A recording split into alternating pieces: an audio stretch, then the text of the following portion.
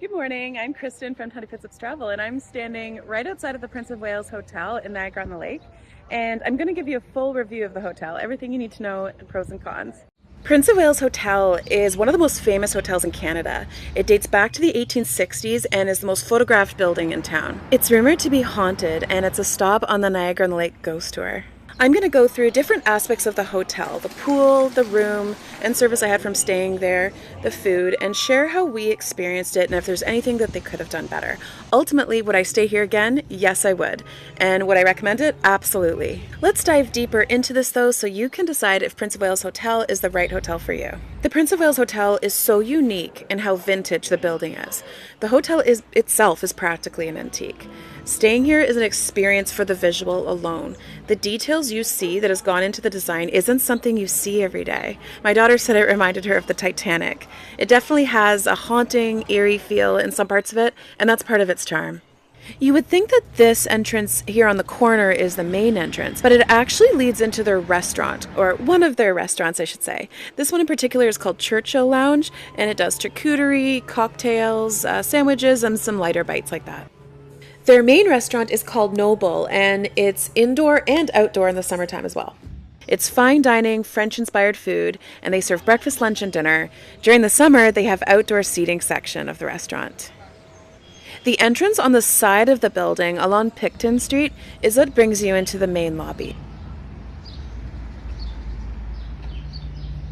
This is also the entrance you'd use if you're booking their traditional high tea, which I'm going to show you later. These doors open up to another set of doors, which are often staffed, but I guess it depends how busy they are. The second set of doors opens up into the lobby. Similar to the rest of the hotel, the beauty of the lobby's old-fashioned Victorian charm has really been maintained. They almost always have fresh flowers, and of course, it's decorated for the seasons. Attached to the lobby, near where you see the couch and seating area, is a door, and it leads you into this corridor where you'll find the paintings and the beautiful textured wall. You'll see a staircase in here. Upstairs is rooms, but downstairs is the secret garden spa, which I'm going to show you soon. There's another door here not shown that leads you to change rooms and the pool. Secret garden spa anyone can use. You can come down to Niagara-on-the-Lake for the day and book a spa appointment. But for the pool, however, you need to be a guest to be able to use it. I will say it is the most unique pool that I've ever seen. I don't know how old the pool is specifically, but you can tell that it has detail in it that isn't something you see today in a hotel pool. It's also a very decent size. It has a whirlpool and a sauna, which were probably added long after the pool itself was installed. My daughter and I were lucky to have this pool all to ourselves during our visit on a Friday night in September, so I don't think it usually even ends up getting too busy. Going back to the area where the staircase is, to the left, there's a mirror that always has a vase with seasonal fresh roses there. The whole hotel is abundant with fresh roses. Right across from this table is bathrooms, men's and women's, and beyond the door that you see here is an area where they have restaurant seating. And that's around where you'll find the drawing room, which is where the high tea is served.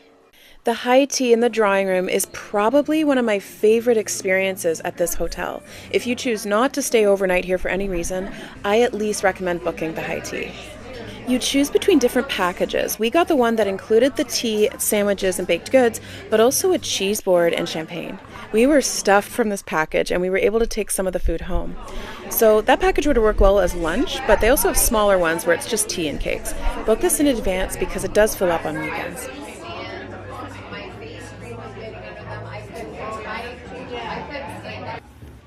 The Secret Garden Spa is downstairs. You'll come to a corridor with fresh, often fruit-enhanced water.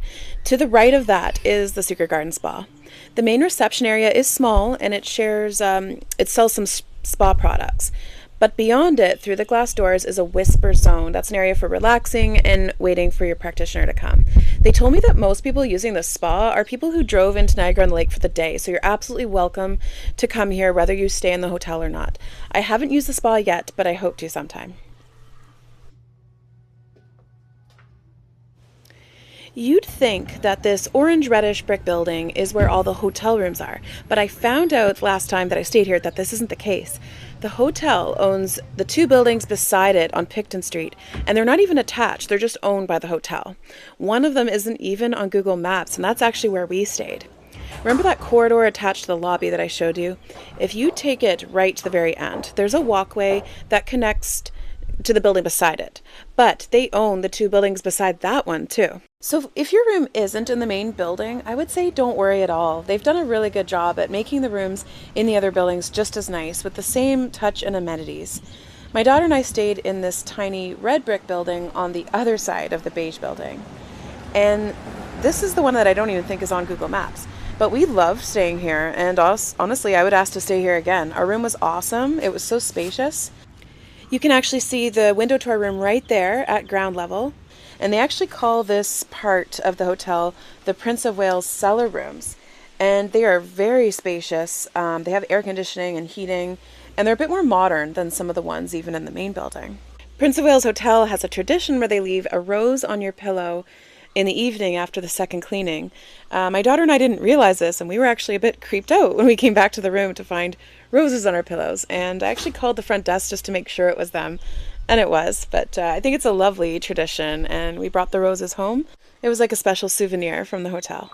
Here's the bathroom of our hotel room. It had a few really cool features, like the towel warmer, so that you can wrap an actual warm towel around yourself when you get out of the shower. The shower was also well stocked with top-of-the-line premium products by Woodbury. They smelled really nice, and my hair felt great after. And just like other hotels, they offer you some toiletries as well that you can use and then take on the go. So now it's time for maybe the not so good news. I hesitated on whether to share the one thing that wasn't so great because I don't think it was a typical experience that should be held against the hotel. However, it was the one thing that we felt could have been a lot better about our stay. So to be perfectly honest, our room wasn't cleaned the best. At first we just noticed small things like an old water bottle and old slippers from a previous guest left under the bed. But what really got us was the utensils they provided to cut the fruit with were still stained from the previous guest. Unfortunately, I didn't notice this until we were about to check out because we were planning to eat the fruit before checkout. I'm sure if I had let reception know earlier in our stay, they would have fixed this immediately. We did tell reception at checkout, and they said, "Thanks for letting me know, and I will let housekeeping know." I felt like they could have done maybe a little bit better than that. Not necessarily like money back or anything, but maybe just show that they take a mistake like that seriously, and maybe had the higher-ups contact me or something just to let me know. In any case, I'm willing to think that this was an unusual experience, and I'd give the hotel another chance for sure. I'd say when you check in, just check out some of the small details in your room, like utensils, for example, and let them know right away if anything isn't right. The location of Prince of Wales Hotel, it can't be better. And not too many hotels are located in this area of Niagara-on-the-Lake. So central. Right around me, if I walk 5 minutes down here, I am at the beach where they have the gazebo. And down this way, there's shopping and the famous clock tower. There's a lot to do in this area. It's full of restaurants. You're right in it and within walking distance of almost everything. So that's one of my favorite things about staying here, and that's also why I've come here multiple times. From where I was just standing here on a much sunnier day, you can see that this is where all the shops are, the restaurants, the clock tower. You're right in the center of everything in Niagara-on-the-Lake when you stay here. The horse-drawn carriages leave from just outside the hotel because it's such a central spot. So whether or not you decide to take the horse-drawn carriages, at least you get to see lots of cute horsies. The carriage rides, by the way, are pricey. I think it just went up to $90 plus HST for a 15-minute ride. So it's not cheap, and I've never done it.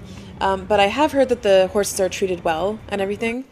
And I can understand why some people want to do it because it's a unique experience that you can only really do here. Another perk I really want to show you about staying at Prince of Wales Hotel is the free reserved parking. And trust me, this is a really good thing in downtown Niagara-on-the-Lake because, especially in high season, parking can get really competitive and expensive. And the nice thing is that they allowed us to park here after we checked out, so we had the spot for the rest of the day and even a little bit before check-in.